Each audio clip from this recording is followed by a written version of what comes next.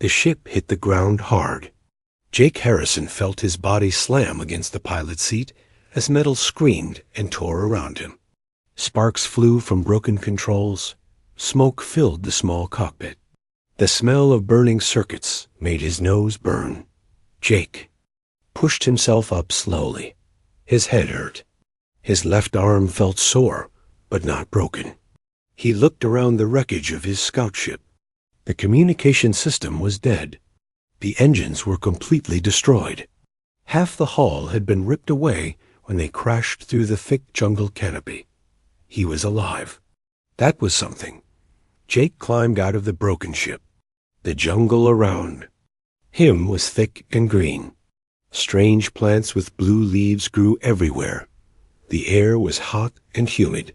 It smelled like earth and flowers he had never seen before. 2 suns hung in the purple sky above the canopy dot. This was Kepler 442b. The report said it was empty. No intelligent life. Just plants and small animals. A perfect place for Earth ships to stop and refuel.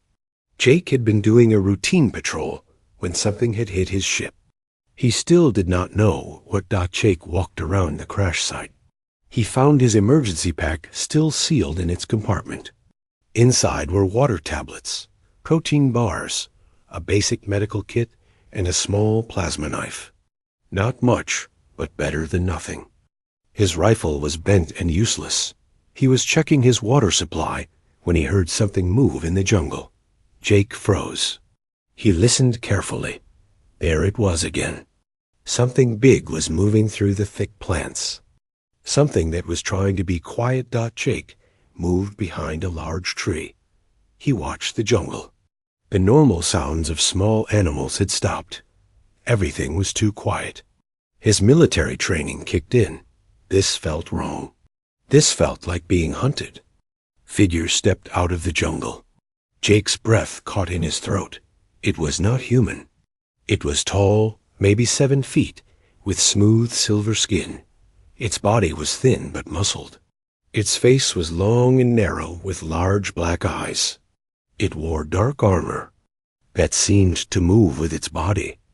In its hands was a weapon that looked like a crossbow mixed with a rifle. The creature was not alone. 3 more figures emerged from different parts of the jungle. They moved with grace and purpose. Their eyes scanned the crash site. They were clearly intelligent. They were clearly armed. And they were clearly hunting. Jake stayed perfectly still behind the tree. One of the creatures walked over to his ship. It examined the wreckage with interest. It picked up pieces of human technology and studied them. Then it made a sound like a purr mixed with a growl. The tallest creature, the one who had appeared first, walked to the center of the crash site. It stood straight and proud. When it spoke, its voice was smooth and cold. "Human," it said in perfect English. "We know you are here. We can smell your fear. Come out and face us. Do not make this harder than it needs to be." Jake's heart raced. How did it know English? How did it know he was human? He stayed hidden and said nothing. The creature smiled. Its teeth were sharp and white. "I am Commander Vexara of the Zephyrian Hunting Guild. This world belongs to us. We use it for our sport. You have crashed into our private hunting preserve." Jake felt cold despite the hot air. Hunting preserve. That did not sound good. Vexara continued talking. "We have hunted over 40 different species across 12 sectors of space. We have never failed to claim our prey. You humans are new to us, but we have heard interesting things about your species. We have heard that you make amusing sounds. When you are afraid." Jake's jaw tightened. He had heard of the Zephyrians. They were an advanced alien race known for their technology and their cruelty. Earth Command had warned all ships to avoid Zephyrian space. But this world was supposed to be empty. It was supposed to be safe. "The rules are simple," Vexara said. She walked in a slow circle around the crash site. "You will be given 1 rotation of this planet's sun to run. That is about 26 of your Earth hours. Then we will begin the hunt. If you provide good sport, we will make your death quick. If you bore us, we will make it last." She stopped and looked directly at the tree, where Jake was hiding. Other species usually beg for mercy at this point. Some offer us information about their worlds. Others promise us riches. All of them try to bargain for their lives. It never works. We are not interested in mercy or bargains. We are interested in the hunt. Jake stepped out from behind the tree. He walked slowly toward Vexara. His hands were empty. His face was calm. He showed no fear. Vexara's smile grew wider. "There you are. You are smaller than I expected. Most humans are, from what we have heard. But you are not crying or begging. That is unusual." The other Zephyrians moved closer. They formed a loose circle around Jake. Their weapons were ready, but not pointed at him yet. They wanted to see what he would do. Jake looked at each of them in turn. He studied their weapons, their armor, their positions. He was memorizing everything. His mind was already working on tactics and plans. "You have fear in your scent," Vexara said, "but you do not show it. Interesting. Perhaps humans will provide better sport than the others." Jake met her black eyes directly. He did not look away. He did not blink. "You are not running," Vexara observed. "You are not begging. You are not trying to bargain. What are you doing, human?" Jake was quiet for a long moment. He was thinking about his training. He was thinking about the wars he had fought. He was thinking about what made humans different from other species. "I asked you a question," Vexara said. Her voice was sharper now. "Why don't you run, human?" Jake's voice was steady and cold when he finally spoke. "Because I'm not the one being hunted." The words hung in the air like a challenge. Vexara's smile faded. For the first time since the hunt began, she looked uncertain. Jake turned and walked toward the jungle. He did not run. He did not hurry. He walked with purpose and confidence. Behind him, the Zephyrians watched in confused silence. The hunt was about to begin. But Jake Harrison had just changed all the rules. Jake disappeared into the jungle like smoke. One moment he was walking toward the thick green plants. The next he was gone. Vexara stared at the spot where he had been. No other prey had ever done that. They always ran screaming or fell to their knees begging. "Commander," said one of her hunters, a young male named Catherine. "Should we follow him now?" Vexara shook her head. "No, we follow the rules. One rotation of the sun, then we hunt. But watch the jungle. Something is different about this human." The Zephyrian hunting party made camp near the crashed ship. They set up their equipment and checked their weapons. Vexara tried to shake off her unease. She had hunted for over 50 years. She had never lost prey. This human would be no different. But his words kept echoing in her mind. "I'm not the one being hunted." What did that mean? Deep in the jungle, Jake was moving fast but quietly. He had learned jungle warfare during the Titan Wars on 3 different worlds. This planet was hot and humid like the others. The principles were the same. Stay hidden. Stay moving. Use the environment as a weapon. Jake found a small stream and followed it for 2 miles. The water would hide his scent.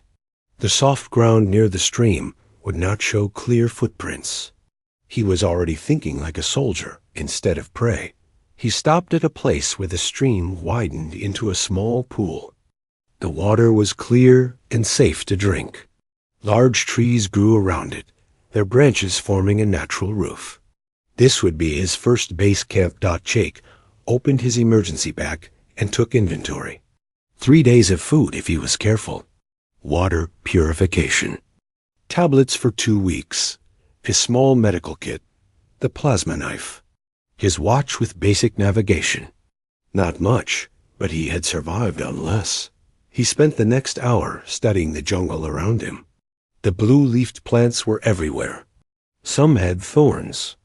Others had thick, strong vines. Jake tested the vines and found they were stronger than rope. He cut several long pieces with his plasma knife. The trees were tall with smooth bark, good for climbing. The branches were thick and would hold his weight. Jake climbed one of the tallest trees and looked out over the jungle. He could see for miles. He could see the crash site in the distance. He could see smoke from the Zephyrian camp. Jake climbed down and began to work. He had been a combat engineer before becoming a pilot. He knew how to build things. He knew how to make weapons from nothing. Using the strong vines, Jake built his first trap. It was simple but effective. A bent branch that would spring up when triggered. He tied sharp pieces of metal from his ship to the end. He covered the sea, trigger with leaves and dirt. Anyone walking on the hidden path would set it off. Jake built 3 more traps, along different paths leading away from the stream. Then he found a thick tree and carved a small shelter high in the branches. He covered it with leaves and blue plant fronds. From the ground, it was invisible dot. As the sun began to set, Jake heard sounds from the direction of the crash site. The Zephyrians were moving.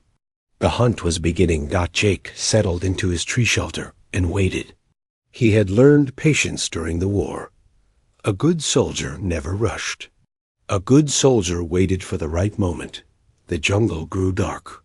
Strange sounds echoed through the trees. Jake heard the calls of night animals. He heard the rustle of wind through leaves. And he heard something else. The soft sound of footsteps on jungle floor. The Zephyrians were coming. Jake watched from his hiding place as 4 figures moved through the jungle below. They had lights on their weapons that cut through the darkness. They moved in a formation, checking for tracks and signs. "The human came this way," said one of them. Jake recognized the voice of Kethran. "His scent is stronger near the stream." "Good," said another voice. "Commander Vexara wants him found quickly. She says this hunt feels different." Jake smiled in the darkness. It was different. They just did not know how different yet. The 4 Zephyrians moved along the stream toward Jake's traps. Jake watched them carefully. They were skilled hunters, but they were not soldiers. They looked for prey, not for enemies. They expected to find someone running and hiding, not someone fighting. Back, the first trap triggered with a sharp crack. One of the Zephyrians yelled in pain and surprise. The bent branch had snapped up and caught him in the shoulder. The metal pieces had cut through his armor. He was hurt, but not dead. The other 3 Zephyrians rushed to help their companion. They were confused and angry. Prey did not set traps. Prey did not fight back. "What is this?" One of them growled. "What kind of creature sets traps?" Jake had his answer. He dropped from his tree like a shadow. He landed behind the group while they were distracted. His plasma knife was in his hand. He moved fast and silent. The first Zephyrian never saw him coming. Jake's hand covered the alien's mouth while the plasma knife cut through the power pack on his weapon. The weapon died with a soft whine. Jake took the alien's sidearm and his communication device. The second Zephyrian turned just as Jake rolled away into the darkness. "Where is he?" the alien called out. "Where did the human go?" Jake was already moving. He used the jungle like a maze, staying low and quiet. He had what he needed, information and weapons. Now he needed to disappear again. But first, he had a message to send. Jake found a thick tree 50 yards away and climbed up. He used the captured communication device to send a signal back to the Zephyrian camp. The message was simple. He spoke in English, knowing their translator would understand. "This is Jake Harrison of the Earth Defense Fleet. You wanted to hunt a human. Now you get to learn what that really means. Jake threw the communication device as far as he could into the jungle and climbed higher into the tree. Below him, the Zephyrians were shouting and searching. Their lights swept back and forth through the darkness. He was here, one of them. Sighed. His scent is fresh. But where did he go? Jake waited in the tree until they moved on. Then he climbed down and checked his first trap. The wounded Zephyrian was gone. His blood was on the ground, but there was not much of it. Jake had been careful. He wanted them hurt and scared, not dead. Not yet. Jake moved through the jungle to his second trap. This one had not been triggered. He reset it and moved on. He spent the night building more traps and moving his supplies to different hiding places. By dawn, he had turned a square mile of jungle into a maze of hidden dangers. When the sun rose, Jake climbed back into his tree shelter. He could see smoke from the Zephyrian camp. He could see them moving around, probably planning their next move. Jake smiled. They thought they were hunting one scared human. They had no idea they were facing a soldier who had survived wars on 3 different worlds. They had no idea that humans had been fighting and killing each other for thousands of years. The hunt was just beginning. But Jake Harrison was no longer the prey. From his hiding place, Jake watched the jungle and waited. Somewhere out there, Commander Vexara was learning that humans were not like other species. Humans did not just run when they were hunted. Sometimes humans hunted back. Vexara stared at the communication device in her hands. The human's message had been clear and cold. This was not the behavior of prey. This was the behavior of a predator. "Commander," said Zorthik, her second in command, "Catherine is wounded, but alive." The human used some kind of trap. Metal pieces tied to a bent tree branch. Very primitive, but effective. Vexara nodded slowly. "What about the others?" "Shaken, but unhurt. They say the human disappeared like smoke. One moment he was there, the next he was gone, and he took Morden's weapon and communication device. This was wrong, all wrong. In 50 years of hunting, Vexara had never seen prey behave this way. Other species ran. They hid. They begged. They did not set traps. They did not steal weapons. They did not send threatening messages. "Send word to the other hunting parties," Vexara ordered. "Tell them to be careful. This human is different." But even as she gave the order, Vexara knew. It was too late. 3 of her hunters had already left camp to search different parts of the jungle. They would not get the warning in time. Jake was moving through the jungle like a ghost. He had studied the captured Zephyrian weapon during the night. It was advanced, but not complicated. Point and shoot, like any rifle. The power pack was good for about 50 shots. More important than the weapon was the communication device. Jake had taken it apart carefully. Inside were translation circuits and a small computer. The computer contained information about Zephyrian hunting tactics and even some basic words in their language. Jake was a fast learner. He had to be. During the Titan Wars, soldiers who did not learn quickly died quickly. He found the first lone hunter near a clearing 2 miles from the crash. Sight. The Zephyrian was following Jake's false trail, looking for footprints and scent markers. Jake had left them on purpose. He wanted the hunters to go where he wanted them to go. Jake watched from the trees as the hunter moved through the clearing. The alien was skilled and careful, but he was looking for someone who was running away. He was not looking for someone who was hunting him. Jake dropped from the tree behind the hunter. His plasma knife was at the alien's throat before the Zephyrian knew he was there. "Don't move," Jake whispered in the alien's ear. "Don't make a sound." The Zephyrian froze. Jake could feel the alien's fear. It was the same fear that prey felt when they were caught. The hunter had become the hunted. Jake took the alien's weapons and communication device. Then he did something that shocked the Zephyrian.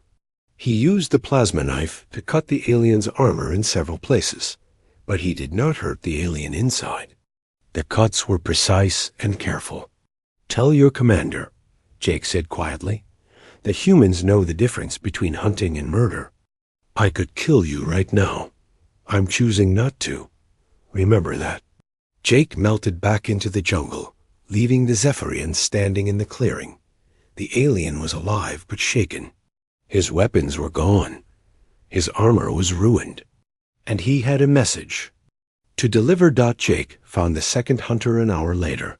This one was more alert, more suspicious. He kept looking over his shoulder, as if he knew he was being watched. Jake did not try to get close this time. Instead, he used the jungle itself. He had noticed that some of the blue-leafed plants had seed pods that exploded when touched. Jake threw a rock at one of the pods near the hunter. The explosion was loud and sudden. The hunter spun around, his weapon ready. But there was nothing there. Just broken plant matter and the smell of strange flowers. Jake threw another rock at a different pod on the other side of the clearing.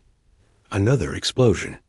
The hunter was spinning in circles now, trying to watch every direction at once. On the third explosion, Jake moved. While the hunter was distracted, Jake crept close enough to grab the alien's ankle. One quick pull, and the hunter was on the ground. Jake was on top of him in seconds. This time, Jake did not just take the weapons. He also took the hunter's boots and part of his armor. Then he tied the alien to a tree with the strong vines he had collected. "Count to 1,000, Jake told the confused hunter. "Then you can try to get free. Tell your commander that humans have been fighting wars for 5,000 years. We know how to be patient." Jake disappeared into the jungle again. Behind him, the hunter struggled against the vines and tried to understand what had happened. By the time Jake found the third hunter, word was spreading through the Zephyrian camp. 2 hunters had returned with stories of a human who fought like a shadow. A human who could have killed them but chose not to. A human who seemed to be everywhere and nowhere at once. The third hunter was different.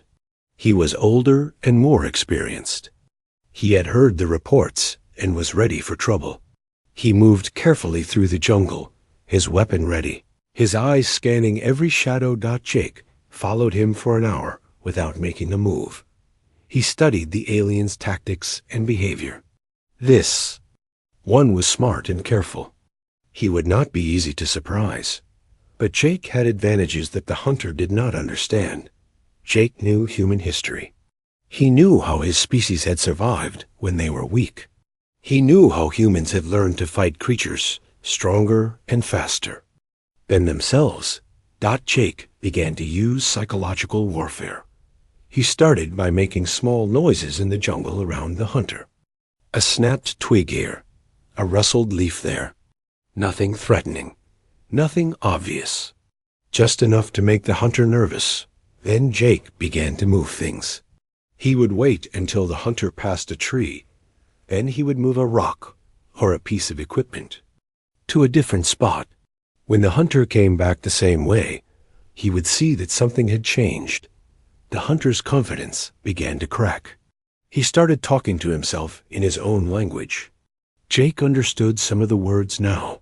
Fear, confusion, anger. Jake's final move was simple but effective. He climbed a tree ahead of the hunter and waited. When the alien passed underneath, Jake dropped the hunter's own communication device onto the ground in front of him. The hunter stared at the device. It was his own device, but how had it gotten there? He had been carrying it just moments ago. He checked his equipment belt. The device was gone. Jake's voice came from the trees above, speaking in broken Zephyrian. "You are being hunted. You are being watched. You are prey now." The hunter looked up, but Jake was already gone. The alien grabbed his communication device and ran back toward camp. He was no longer hunting. He was fleeing. Jake smiled as he watched the hunter disappear through the jungle. 3 hunters defeated without a single death. The Zephyrians were learning that humans fought differently than other species, but Jake was just getting started. He had captured weapons, communication devices, and pieces of armor. He had learned their language and their tactics. Most importantly, he had learned their fears. The Zephyrians were proud hunters who had never failed to claim their prey. They had built their whole culture around the idea that they were the ultimate predators. Jake was about to teach them what it felt like to be on the other side. Jake made his way back to his hidden camp by the stream. He had work to do. He needed to study the captured equipment more carefully. He needed to plan his next moves. And he needed to send another message to Commander Vexara. This time, the message would be longer. This time, he would explain exactly what she was facing. Jake settled into his tree shelter and began to work. Below him, the jungle was quiet. But somewhere in that jungle, a group of alien hunters were learning that they had made a terrible mistake. They had tried to hunt a human. Now they were about to learn what humans did to creatures who hunted them. Vexara stood in the center of her camp, staring at the 3 hunters who had returned. Each had a story that made no sense. Each had been defeated by a single human who should have been easy prey. "He could have killed me," said the first hunter, touching his wounded shoulder, "but he didn't. He just hurt me enough to slow me down." "He appeared like smoke," said the second hunter, still shaking. "One moment I was alone, the next he was behind me. He took my weapons and left me tied to a tree." The third hunter was the worst. He kept looking over his shoulder as if the human might appear at any moment. "He was in my head, Commander. He knew what I was thinking. He knew where I would go before I went there." Vexara felt something she had never experienced before. Doubt. In 50 years of hunting, she had never doubted her ability to claim her prey. But this human was different. This human was changing the rules. "Commander," said Zorthic quietly, "perhaps we should contact the High Command, request additional hunters." Vexara's pride flared. "No, we are the best hunters in the guild. We will not admit defeat to a single human." But even as she said the words, Vexara knew they were in trouble. Half her hunting party was wounded or demoralized. The other half was afraid to enter the jungle alone. This had never happened before. Deep in the jungle, Jake was preparing for the next phase of his plan.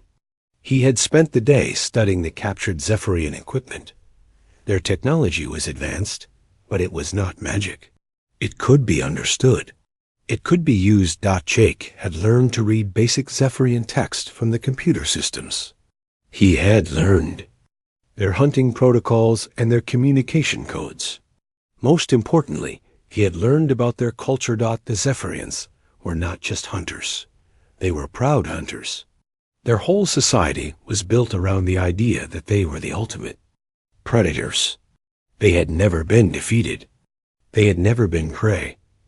Jake was about to change that. Using the captured communication equipment. Jake hacked into the Zephyrian camp network. It was easier than he had expected.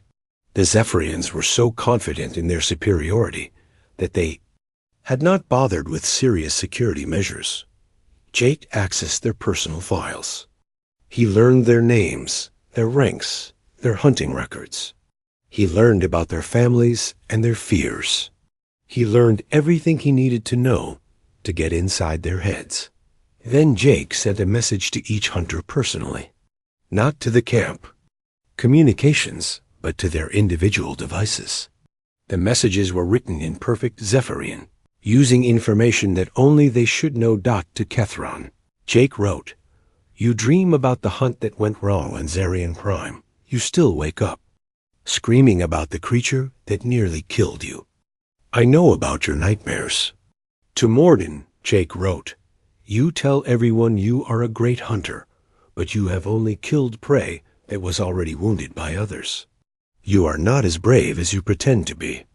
To each hunter, Jake sent a message that cut deep into their fears and insecurities. He used their own secrets against them. He made them understand that he knew things about them that no prey should know. The psychological impact was immediate. The hunters came to Vexara in panic. How did the human know these things? How had he accessed their personal files? What else did he know? He's in our computers, Zorthik said, his voice shaking. He's reading our minds. This is not natural. Vejara tried to remain calm, but she was failing. The human was not just defeating her hunters. He was breaking their minds. He was turning their own strength against them. That night, Jake made his boldest move yet. He infiltrated the Zephyrian camp. Jake had studied their patrol patterns and security measures. The Zephyrians were good hunters, but they were not good soldiers. They did not expect their prey to attack them. They did not guard against infiltration. Jake moved through the camp like a shadow. He avoided the sentries and the motion sensors. He used the darkness and his knowledge of their technology to stay invisible. Jake's target was Vexara's personal shelter. He wanted to send her a message she would never forget. Jake slipped into the shelter while Vexara was meeting with her hunters. He had only minutes before she returned.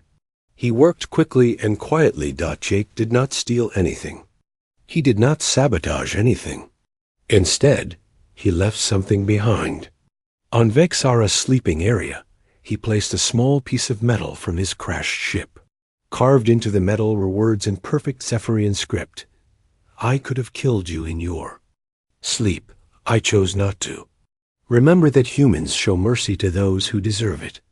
Jake also left a data pad with a message. But this message was different. This message was not a threat. It was a lesson. Jake had written the complete history of human warfare. Not the sanitized version that most aliens knew, but the brutal truth. He wrote about how humans had fought each other for thousands of years.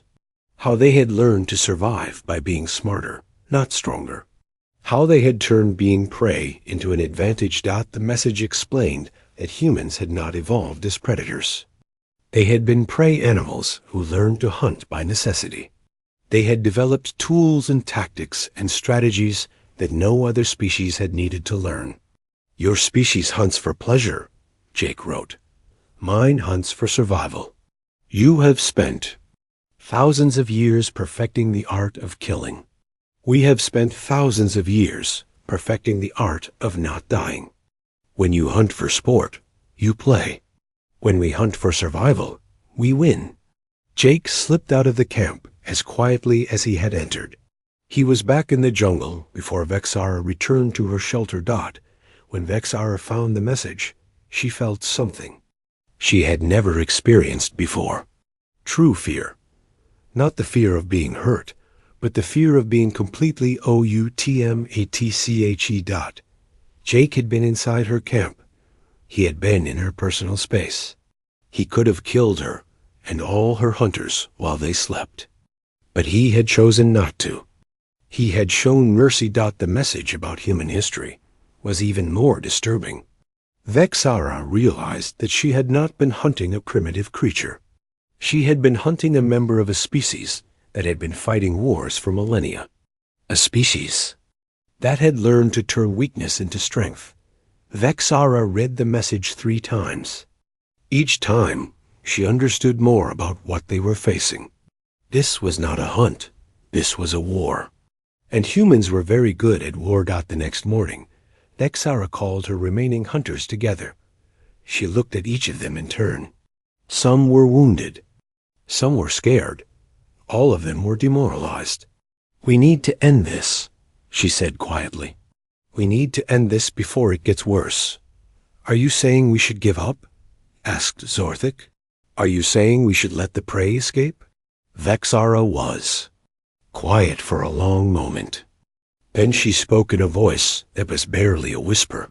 I'm saying we may have made a mistake. I'm saying we may have hunted something that was hunting us back. For the first time in her life, Commander Vexara of the Zephyrian Hunting Guild was not sure she wanted to continue the hunt. In the jungle, Jake Harrison was preparing for the final phase of his plan. He had broken their confidence. He had shattered their pride. Now he was going to show them what it truly meant to be prey. The hunt was almost over, but Jake was not finished teaching them about humans. Jake Harrison sat across from Commander Vexara in a small clearing deep in the jungle. Between them was a small fire that Jake had built. The flames danced in the darkness, casting strange shadows on both their faces. Vexara had not expected this. She had been hunting for Jake when she found herself surrounded by his traps. But instead of hurting her, Jake had simply asked her to sit and talk. The request had been so strange that she had agreed. "Why?" Vexara asked. Her voice was quiet and confused. "Why didn't you kill me when you had the chance?" Jake looked at her across the fire. "Because killing you wouldn't solve the problem. There are more hunting parties out there, more species being hunted for sport. Killing you would just make me like you." Vexara stared at the human. She had hunted for 50 years, but she had never met prey that thought like this. "You are not like other species," she said finally. "No," Jake agreed. "We're not." "Do you want to know why?" Jake began to tell Vexara about human history. Not the version that most aliens knew, but the real version. He told her about how humans had started as prey animals on Earth, how they had been hunted by creatures stronger and faster than themselves.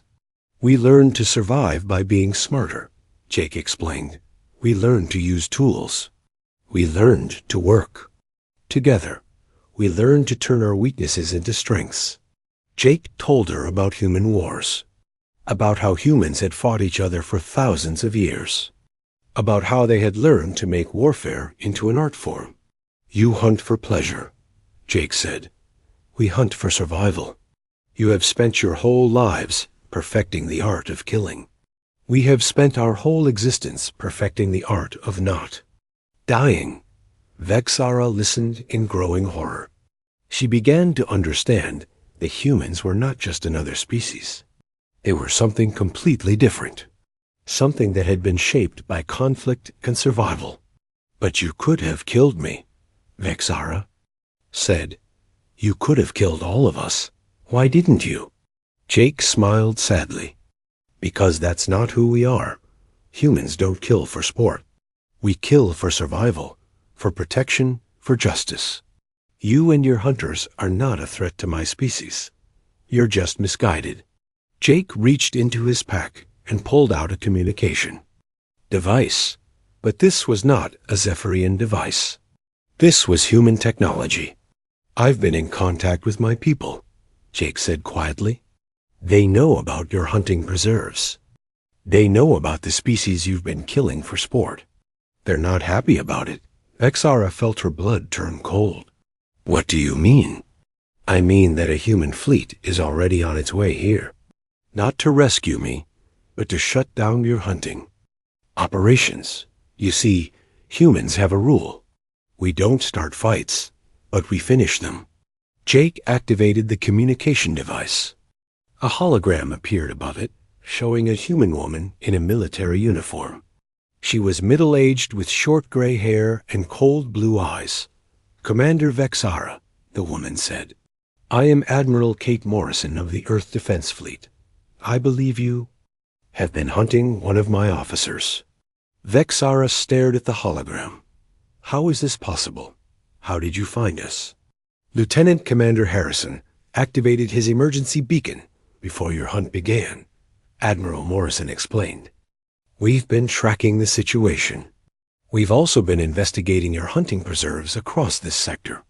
The Admiral's expression was like ice. "We know about the 43 species you've hunted. We know about the survivors you've kept as trophies. We know about the worlds you've turned into hunting preserves." Vexara felt her world crumbling. "What do you want?"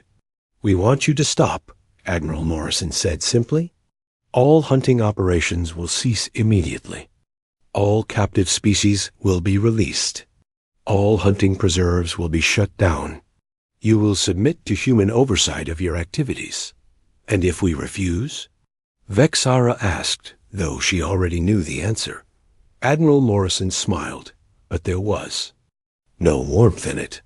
Then you will learn what it means to be hunted by a species that has been at war with itself for 5,000 years. The hologram flickered and changed. Now it showed images of human warfare throughout history. Battles with primitive weapons. Wars with advanced technology. Conflicts that had lasted for decades. You hunt individuals for sport, Admiral Morrison continued. We have been hunting each other for survival since we learned to make tools. We have turned killing into a science and warfare into an art form. Vexara watched the images in horror.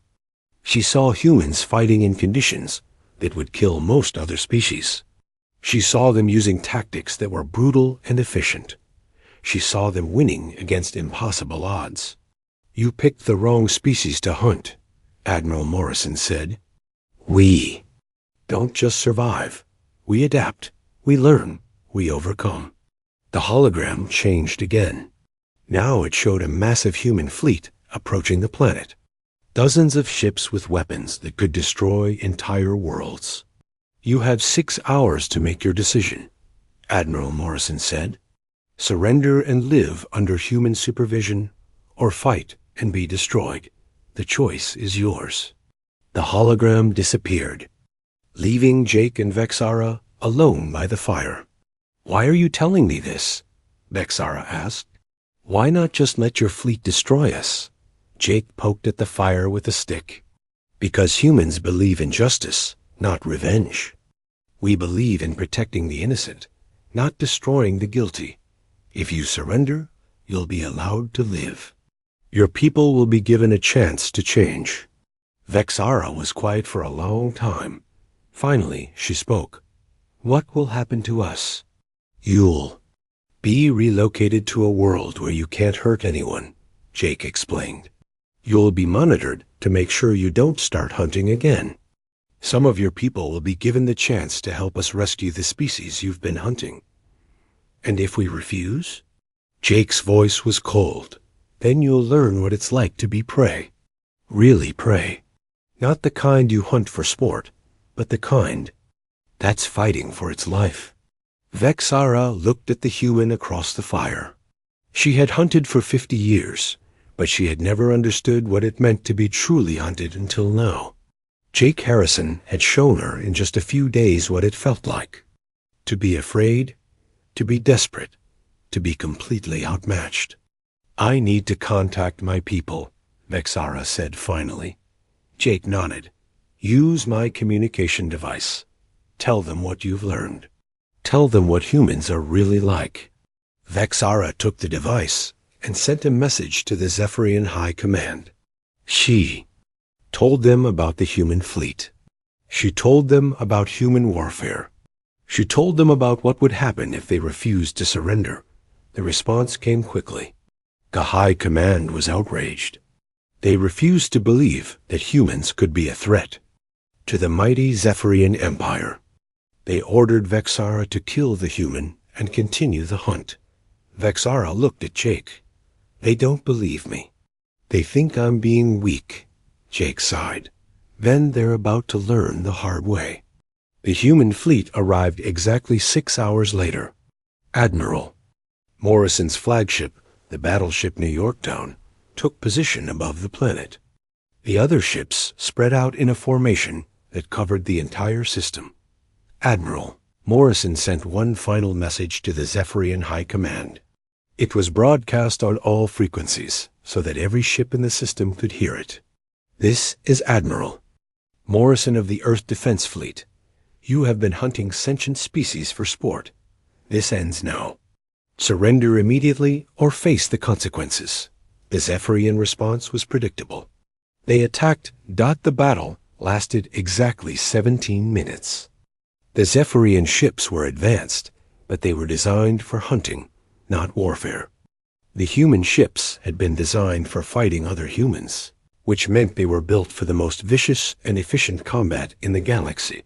When the shooting stopped, the Zephyrian fleet was gone, not destroyed, but disabled. The humans had targeted engines and weapon systems, not life support. They wanted prisoners, not corpses. On the planet's surface, Jake and Vexara watched the flashes of light in the sky. The hunt was over. Your people fought well, Jake said quietly, but they fought like hunters, not like warriors. Vexara nodded. She understood now. Humans had been shaped by war. They had learned to fight not for sport, but for survival. They had learned to be efficient, ruthless, and merciless when necessary. What happens now? Vexara asked. Now you learn to live without hunting, Jake replied. Now you learn what it means to be civilized. The human fleet landed on the planet and began the process of shutting down the hunting preserve. The captive species were rescued and returned to their home worlds. The Zephyrian hunters were taken into custody and transported to a prison world where they would be taught to live without killing. Vexara was given a choice. She could go to the prison world with the others, or she could help the humans rescue the remaining victims of Zephyrian hunting. She chose to help. Jake Harrison returned to Earth a hero, but he refused the medals and promotions that were offered to him. Instead, he joined the new Galactic Protection Corps, a human organization dedicated to protecting weaker species from predators like the Zephyrians. The galaxy learned an important lesson about humanity. They looked peaceful and civilized, but they were still the descendants of prey animals who had learned to hunt their hunters. They were still the species that had survived by being smarter, tougher, and more determined than anything that tried to kill them. The Zephyrian hunting culture ended that day, but the lesson remained. In a galaxy full of predators, the most dangerous hunters were the ones who had once been prey, and humans would never forget what it felt like to be hunted.